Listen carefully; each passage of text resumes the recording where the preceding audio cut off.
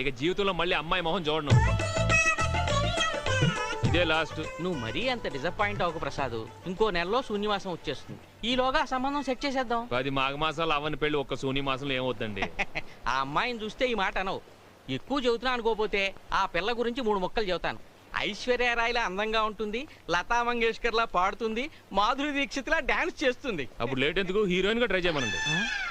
ఇన్ని bad habits ఉన్న అమ్మాయి మనతో సంసారం ఎందుకు చేస్తుంది?